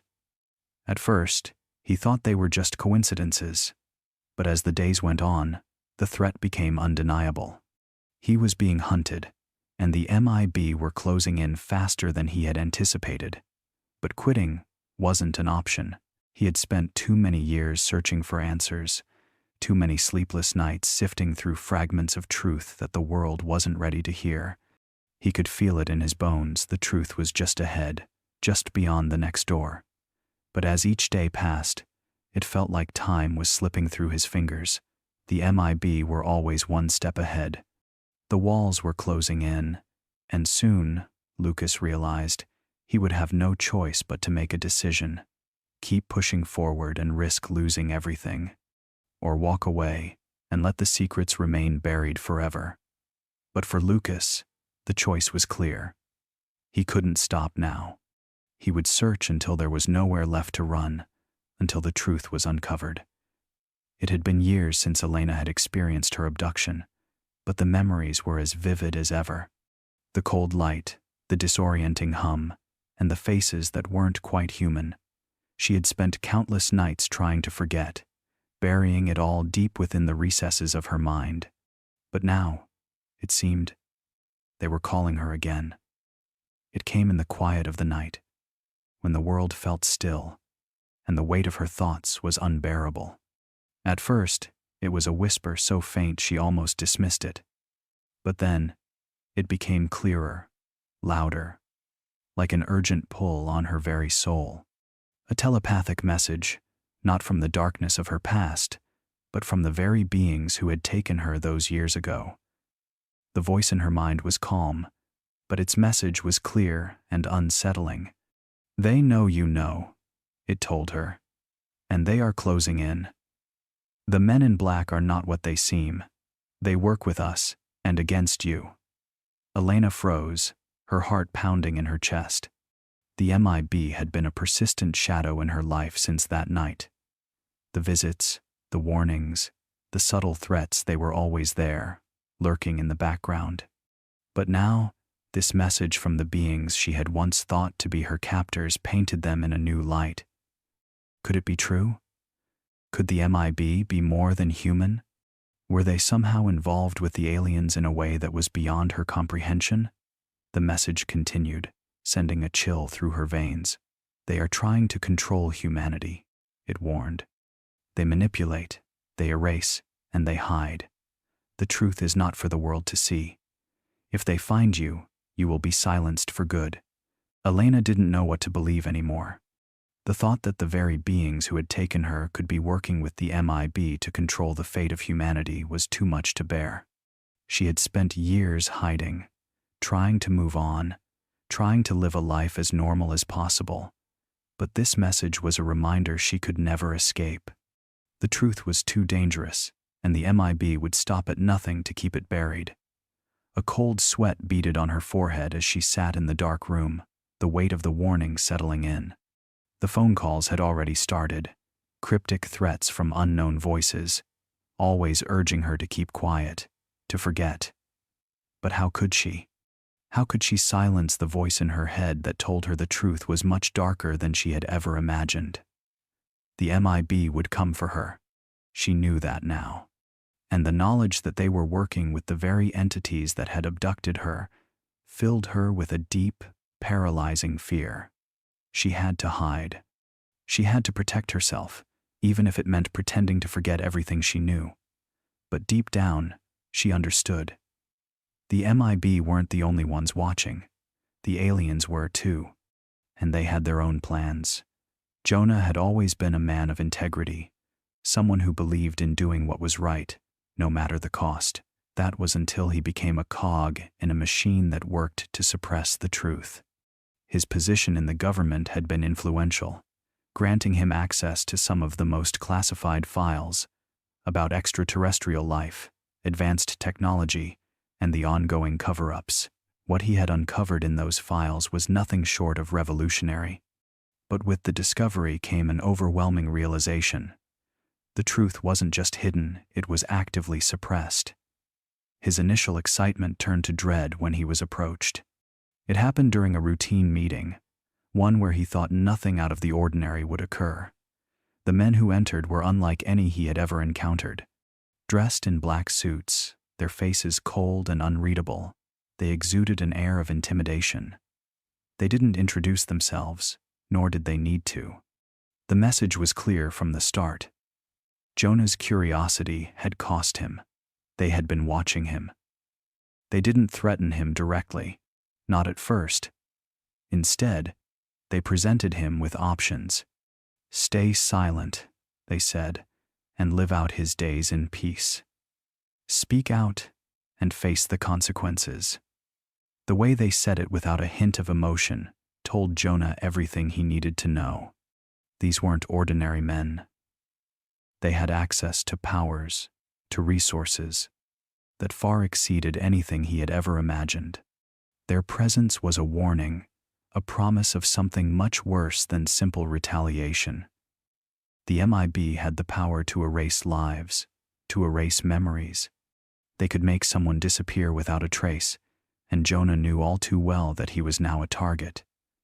But what terrified him most wasn't the threat of death. It was the knowledge that something far bigger was at play. These agents weren't just protecting secrets, they were pushing a hidden agenda. The truth he had uncovered wasn't meant for public consumption, but the implications were far-reaching. The advanced technology, the extraterrestrial encounters, all of it could reshape the world. But world governments had their hands tied, bound by a web of secrecy that ran deeper than Jonah had ever anticipated. As Jonah's paranoia grew, so did the pressure. The MIB didn't stop with a warning. They were everywhere, watching him at every turn. He couldn't go to the store without feeling their eyes on him. His phone was bugged, his emails monitored. There were no safe places left for him. His world had shrunk to nothing more than a small cage, and the agents were the invisible bars closing in. He couldn't escape them. But even as the tension mounted, Jonah knew one thing for certain. The truth was out there, and it was worth fighting for. The question was no longer whether he could expose it. It was whether he could survive long enough to do so. Captain Daniels sat at his kitchen table, the weight of years in the military bearing down on him like a heavy fog. He had long since retired, but the memories of that night still haunted him. It wasn't just the UFO itself, though that was enough to unsettle anyone. It was the men who showed up afterward, the men in black suits, their cold eyes scanning him in ways that felt invasive, even though they hadn't said a word. He hadn't expected it, not after all those years of training in combat zones and handling classified operations. But nothing could prepare him for the events that transpired on that fateful evening. It started like any other mission: routine surveillance along the borders, keeping an eye out for any threats or anomalies. He had been stationed at a remote airbase, miles away from the nearest town, with little to distract him but the wide, open desert. That was when it happened. A light in the sky brighter than any aircraft he'd ever seen. Too fast, too precise, and far too silent. Daniels had been watching the sky for years, but this was unlike anything he had encountered before. It zipped across the horizon in a manner that defied physics, its movements erratic yet deliberate. He immediately grabbed his camera and started documenting the event, knowing that this was something beyond the realm of military intelligence. Then, just as quickly as it had appeared, the light vanished into the distance, leaving Daniels breathless and bewildered. He couldn't shake the feeling that he had witnessed something monumental, something that could change everything. And that's when they arrived. The MIB. Their black cars parked outside the base, the men stepping out in perfectly tailored suits, as though they had just come from a corporate board meeting. They didn't say much at first, just ordered him to meet them in a secure room. What followed was a chilling exchange. They had already seen the footage. They knew what he had witnessed, and they wanted him to forget it. It wasn't just the usual, "Don't speak of this to anyone," warning. No, it was more than that. They made it clear that they weren't just hiding extraterrestrial evidence, they were controlling the very narrative around UFO sightings. Their job wasn't to cover up the truth. It was to rewrite it, shape it into something the public could accept without question. Daniels felt the walls closing in around him, a sense of unease creeping through his veins. As the years went by, Daniels started connecting the dots. Every unexplained sighting, every witness, every piece of evidence, he realized that the MIB weren't just protecting secrets. They were creating a controlled environment where the truth couldn't seep through. Their power wasn't in hiding the evidence, it was in manipulating the perception of reality itself. The more he thought about it, the more the pieces began to fit. The MIB weren't just agents of concealment. They were the architects of an entirely fabricated story, one that the world would never question. And he had become a small, unwitting part of that story, a witness to a larger truth that would never be allowed to see the light of day. Lena was never one to stay quiet. When she saw the lights in the sky that night, those strange, pulsing orbs that hovered far longer than any aircraft should have, she knew it wasn't just a fluke. It wasn't something she could dismiss or forget. She had always been the one in her circle of friends to question, to seek the truth, to dig deeper. And when she finally decided to speak out about what she had seen, she didn't hesitate. The world needed to know. She took photos, wrote down every detail, and sent a report to a local news outlet, hoping for validation. What she didn't expect was the way things spiraled afterward. At first, people didn't believe her. But the more she shared, the more others started coming forward, claiming to have witnessed similar phenomena. Some were too scared to speak publicly, but Lena was fearless. Or so she thought. Then, one day, she vanished. No warning, no trace. It was as though she had simply evaporated. Her phone was found, still in her car, parked outside her apartment building. Her keys, her purse, everything. But Lena was nowhere. Her family and friends were frantic. They went to the police, of course, but the investigation stalled almost immediately. Officers came and went, but no one seemed to care enough to search beyond the surface. It was all so ordinary.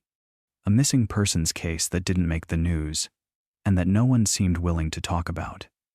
It was as if the world was deliberately moving on without so much as a question. But that wasn't the worst part. It was the strange visitors who began showing up at her family's home. Two men, dressed in dark suits, with a coldness about them that sent chills down her mother's spine. They didn't introduce themselves, didn't offer any sort of identification. Instead, they asked odd questions, probing into Lena's life, her interests, and most unsettlingly, her recent UFO encounter. When Lena's mother, Alice, tried to resist, they simply stared at her in silence. Their eyes seemed to say everything: the threat, the warning, and the knowledge of things that shouldn't have been possible.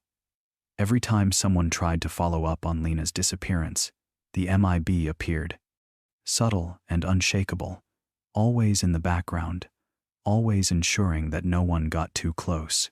It was as if they had their hand in every corner of this town, pulling the strings, making sure the truth stayed hidden. The more Alice tried to push, the more the walls closed in on her. Lena's case remained unsolved. Her absence, a shadow over the town, fueled the whispers of what could have happened. Was it just coincidence, or was there something darker lurking behind her disappearance? Had the MIB been involved, and if so, what was their true purpose? As the days passed, Alice couldn't help but feel like she was being watched, like the very air around her was thick with suspicion. The only thing she knew for certain was that the truth, whatever it was buried so deep that she would never be allowed to find it. The MIB had won again, but the mystery remained, echoing through the empty spaces where Lena used to be. As a journalist, Robert had seen his fair share of stories: corruption, scandal, deceit, but nothing like this. The deeper he dug into the men in black, the more the threads began to unravel, revealing something far darker and more dangerous than he could have ever imagined. His initial curiosity had been sparked by rumors, whispers from old sources, faint hints in forgotten corners of the internet. He'd never fully believed them, but as the stories accumulated, something in his gut told him to keep digging. The first breakthrough came when he uncovered an obscure government document from decades ago. The file was heavily redacted, but there were enough gaps to piece together a chilling story.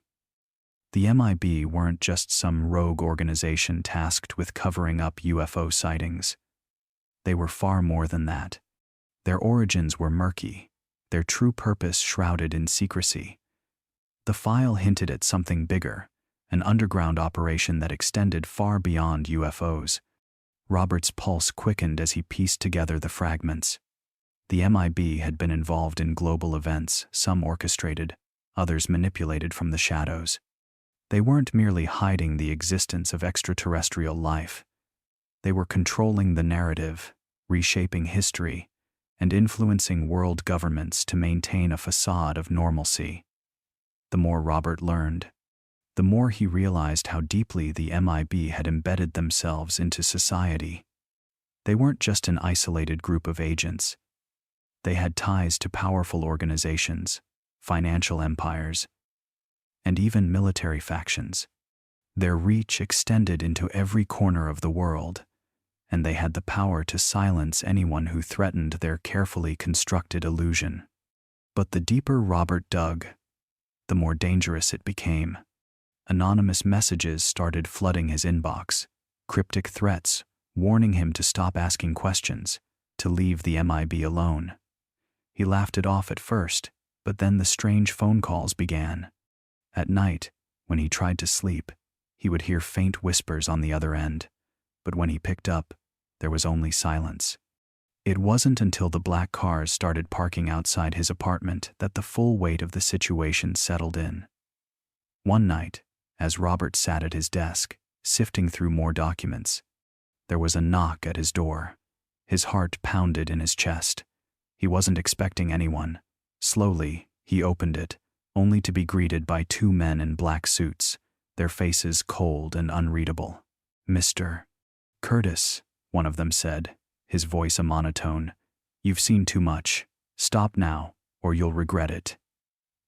Robert's breath caught in his throat. The words felt like a death sentence. He knew then that there was no turning back. The truth he sought was buried beneath layers of deceit, and now he was part of something far greater than he had ever anticipated. He had crossed a line, and there was no coming back from it. As the MIB's warning echoed in his ears, Robert couldn't shake the feeling that he had become their next target. His obsession with uncovering the truth was now his greatest weakness. The question lingered in his mind: could he survive this pursuit of knowledge, or had he sealed his own fate? The truth was no longer just a story. It was a choice between life and death. The support group had started with a simple goal: to find some semblance of understanding and comfort after the trauma of their abductions. Each one of them had experienced something unexplainable, something that had shattered their reality. They had been taken, probed, and returned to Earth with their minds fractured, their memories filled with unsettling gaps. But as they sat in a dimly lit room, slowly sharing their stories, it became clear that their experiences were linked by more than just the abductions themselves. The men in black were watching them, every one of them. It started small at first. Brief moments of paranoia, a sense of being followed, the occasional glimpse of dark suits in the distance. But as the weeks went on, it escalated. One by one, the members of the group began to speak of encounters with the same two agents. They would appear unexpectedly, standing just outside their homes or at the end of a quiet street. Their faces were always obscured, as if their identities were never meant to be seen. Some of the abductees reported strange, almost telepathic threats, warnings that their lives would be ruined if they spoke out about what had happened to them. Ellen, a young woman whose eyes were still haunted by the strange lights she had seen during her abduction, was the first to voice what the others had only whispered to themselves. "They're following us, all of us. They're always just a few steps behind. Every time we meet, they're there." The others exchanged uneasy glances. One by one, they began to share similar stories, being woken up in the dead of night by a sense of unease, only to see shadowy figures standing at the edge of their property, messages left on their voicemail, hanging up before a word could be said. It was as if the MIB were orchestrating a campaign of subtle terror, tightening their grip on each one of them. "We have to do something," Mark, the group's unofficial leader, said one night, his voice low with frustration.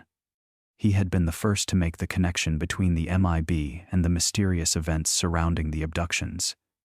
"We've all been harassed, and now they're closing in on us. We need to expose them. We need to expose the truth." But just as quickly as they had formulated their plan, it was clear that the MIB were already 2 steps ahead. The very next day, as they met in a secluded diner to finalize their strategy, their phones began to ring. One by one, they were contacted by anonymous sources, each warning them to abandon their plans. One woman's child was followed to school by a man in a black suit. Another's car was tampered with. Mark's house was broken into, though nothing was taken. But the message was clear: stop digging, or the consequences would be dire. The group was shaken, but they were determined. They met secretly, their conversations growing bolder, fueled by a shared desire to uncover the truth. But the MIB knew where they would be before they even made their move. They were being watched, controlled, trapped in a game they didn't fully understand. And with every step they took toward exposing the truth, the agents in black moved silently, calculating, ready to erase them from the story altogether.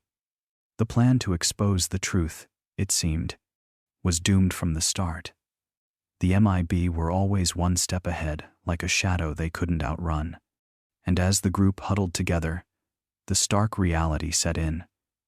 The truth they sought was out of reach, buried beneath layers of control and manipulation, and perhaps they were never meant to find it at all. The researcher, Jason, had spent years combing through UFO sightings, government reports, and obscure documents, piecing together what he believed was the truth. He had seen the patterns long buried government files, strange connections between top-secret military installations and UFO hotspots, and an eerie consistency to the testimonies of witnesses who had been silenced in ways that only hinted at something far darker. For years, he had chased these threads, but now, as he edged closer to discovering the truth, the world seemed to grow darker around him. It began subtly, nothing more than the sense that someone was always nearby, watching.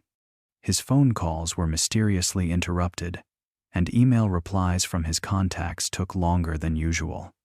The small disturbances were easily dismissed at first, but soon, the incidents became too frequent to ignore.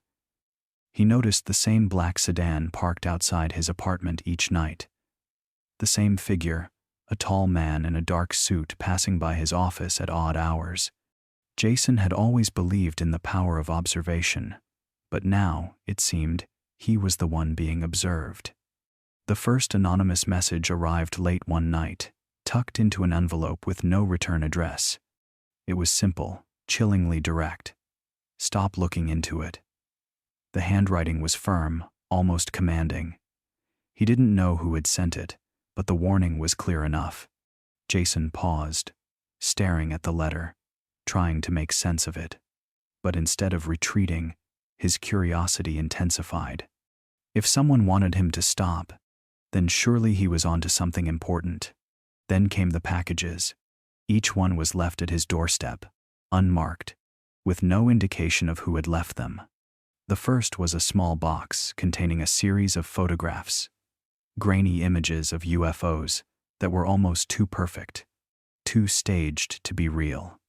The second package was an old, rusted key with a note that simply read, "The truth lies beneath."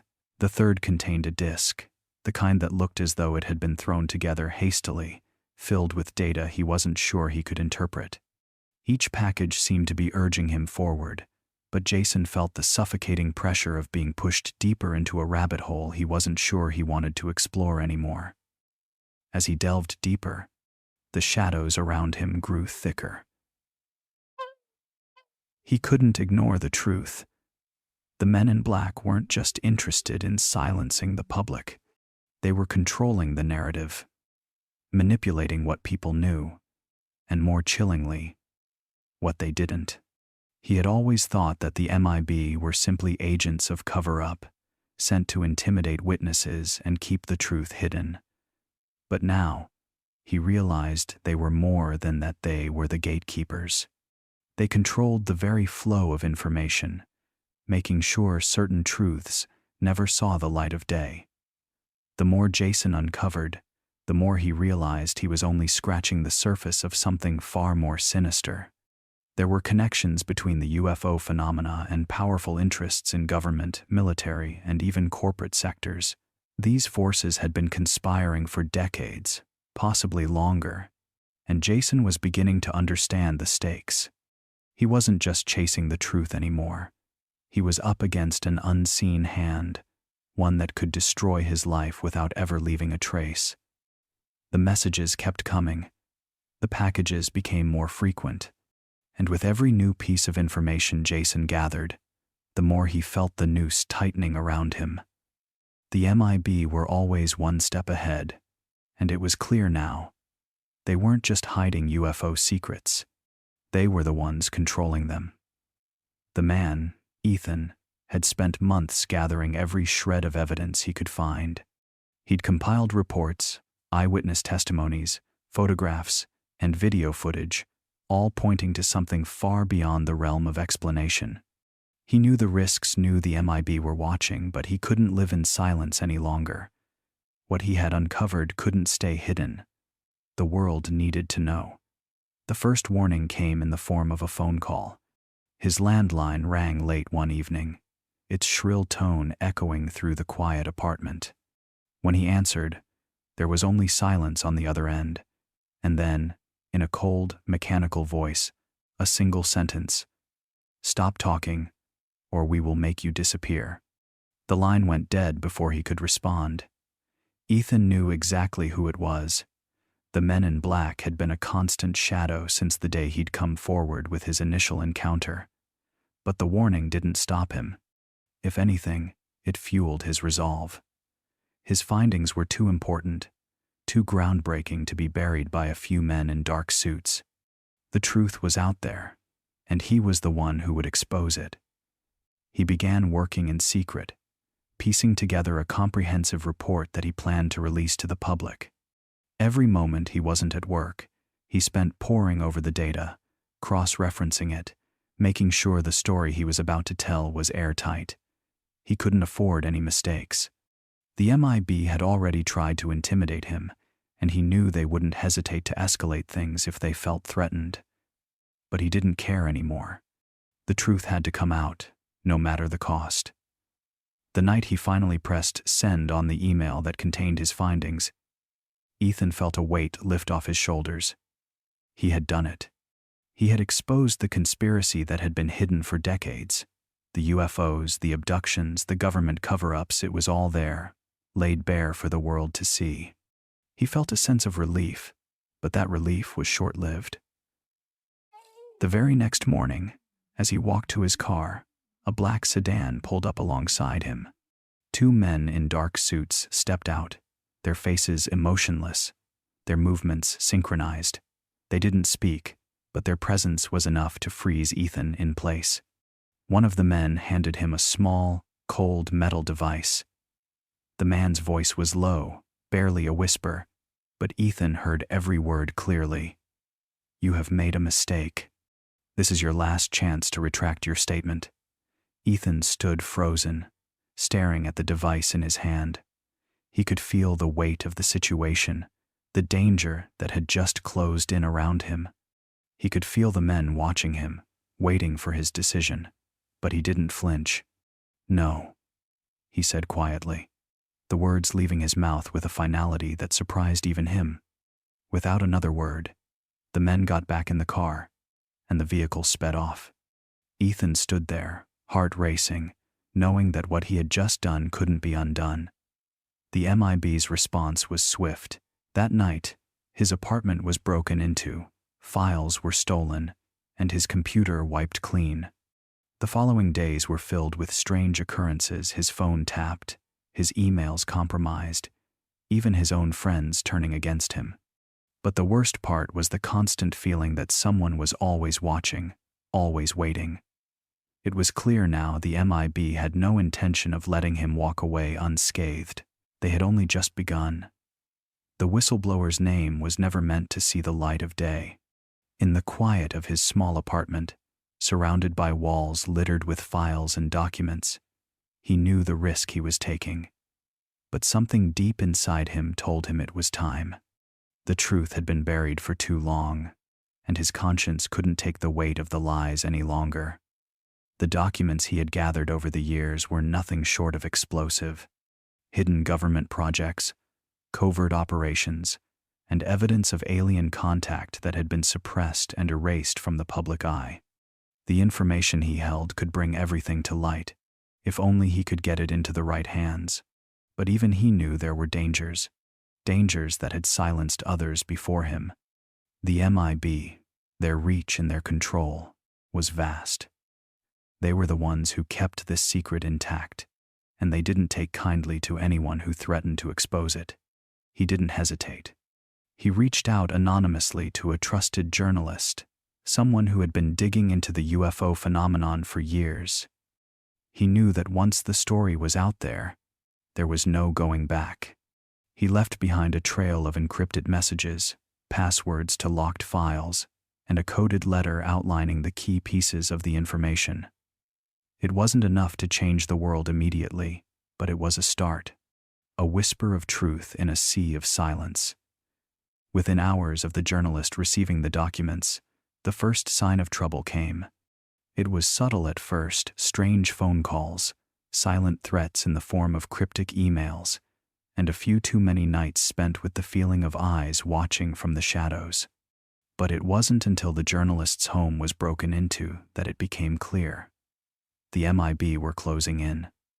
The whistleblower had done what he could. His name never appeared in any headlines, his face never shone in any media. But his story, the one he risked everything to share, began to seep into the world's consciousness. People started questioning the true nature of the MIB. Were they really just a government agency tasked with covering up UFO sightings? Or were they part of a much larger, more sinister network? What was their true purpose? The questions multiplied, but the answers remained elusive. In the months that followed, the whistleblower's life was a blur of fear and isolation. Strange cars parked near his apartment. Faces that seemed too familiar appeared in crowds, and he knew the MIB were still hunting him. But the message had been delivered, and it had taken root. The truth, though buried, was no longer just his secret. The world now had the question in their minds, and the MIB had lost some of their power. For the whistleblower, there was no going back, but he knew the impact of his actions. The truth had a way of breaking free, no matter how tightly it was locked away. The evidence had been scattered, hidden in plain sight, for decades. Researchers, whistleblowers, and conspiracy theorists had pieced it together in fragments, but no one had dared to connect the dots until now. The truth was undeniable, and it hit the world with the force of a tidal wave. A small, independent group of journalists and former government insiders who had spent years digging through classified files and covert communications finally cracked the code. They had uncovered irrefutable proof of extraterrestrial involvement, spanning decades of UFO sightings and government cover-ups. The MIB, long thought to be an enigma, were revealed to be more than just a shadowy organization with a penchant for silencing witnesses. They were part of a much larger conspiracy, one that involved not only the highest levels of government but also extraterrestrial beings manipulating humanity's perception of reality. The files were leaked, first through underground channels and then across the globe. Photographs, intercepted transmissions, and documents detailing the clandestine meetings between high-ranking officials and alien entities flooded news outlets and social media platforms. The shocking revelations included detailed accounts of alien technology being reverse-engineered by world governments, and, most chilling of all, the confirmation that the MIB had been coordinating with extraterrestrial forces for years, concealing the truth about their existence to maintain control over humanity's understanding of the universe. Governments around the world scrambled to respond. Some attempted to deny the authenticity of the documents, but the weight of the evidence was overwhelming.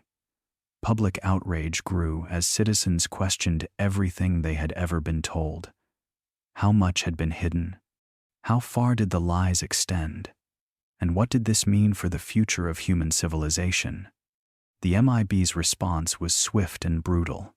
Agents in dark suits descended upon anyone who was even remotely connected to the leaks, silencing witnesses and erasing any trace of the truth that remained. But the damage had been done.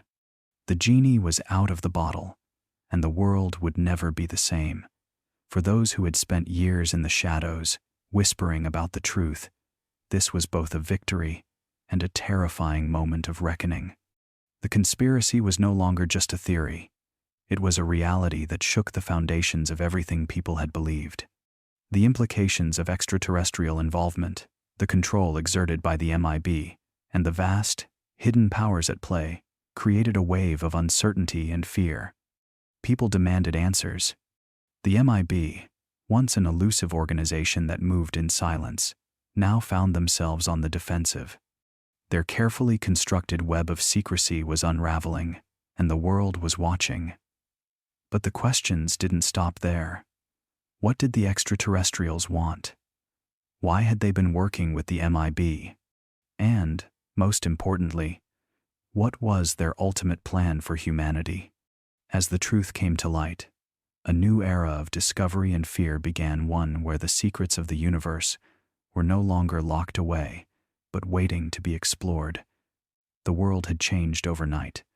The truth about the MIB and their collaboration with extraterrestrial forces had shattered the very foundation of what humanity believed about its place in the universe. For centuries, the idea that Earth was the center of existence had been deeply ingrained in human consciousness. Now, that notion had been violently torn apart, replaced with the undeniable reality that humanity was not alone, and had never been alone. The discovery of extraterrestrial involvement not only forced governments to confront their own lies, but forced ordinary people to question everything they thought they knew about their own history. At first, there was chaos. The revelation led to panic and confusion. People flooded social media, sharing their stories, demanding answers, and attempting to process the vast, unsettling truth that had been kept from them for so long. Many struggled to accept that their reality was far more complex than they had ever imagined. There were those who clung to old beliefs, choosing to reject the new evidence, unable to reconcile it with their worldview. But as more and more encounters came to light, stories of UFO sightings, alien abductions, and mysterious MIB visits, the tide of disbelief began to turn. People from every corner of the world started coming forward with their own experiences.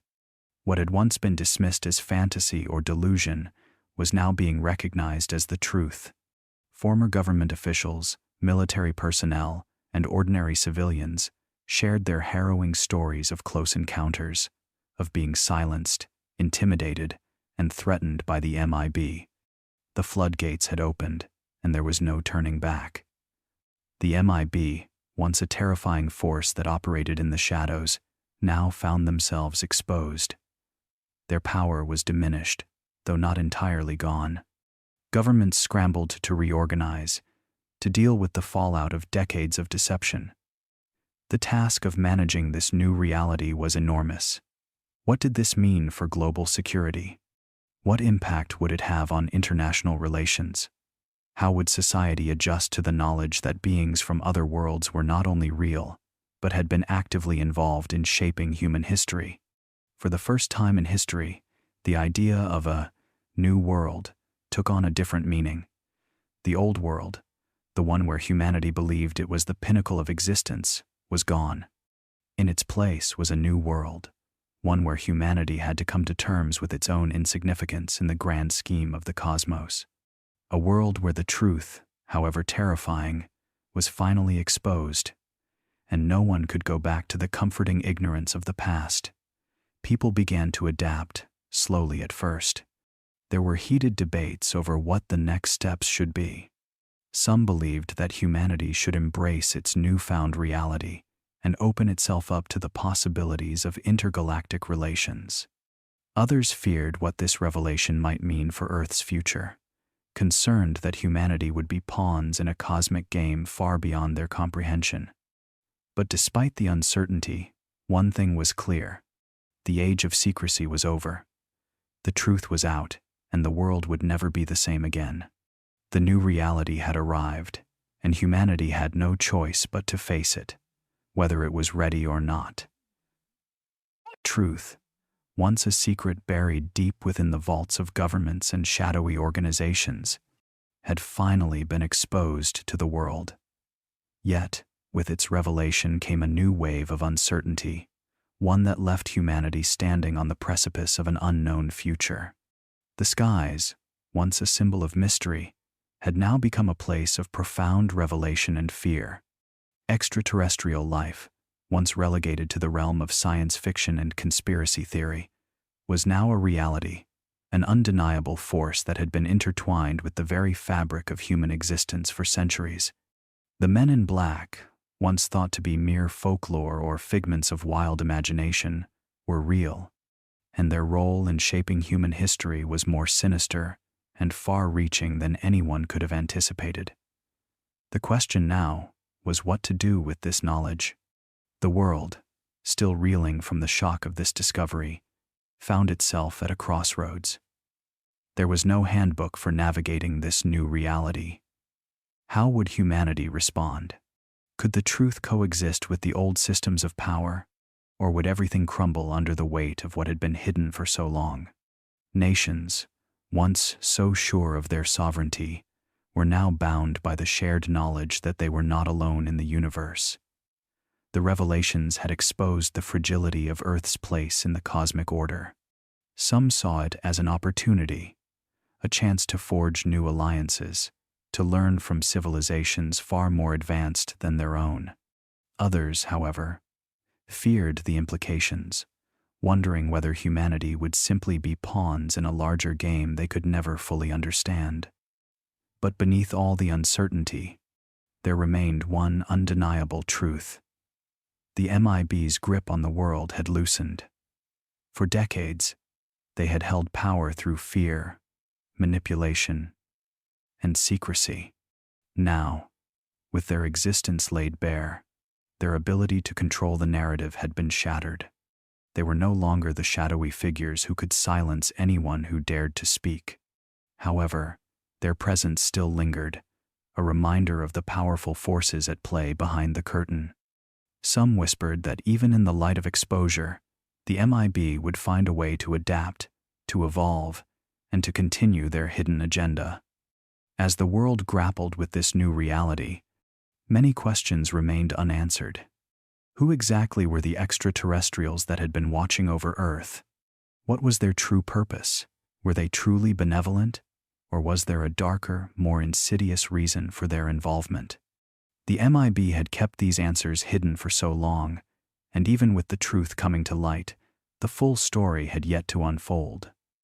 The road ahead was unclear, but one thing was certain: humanity could no longer deny the existence of forces beyond its comprehension.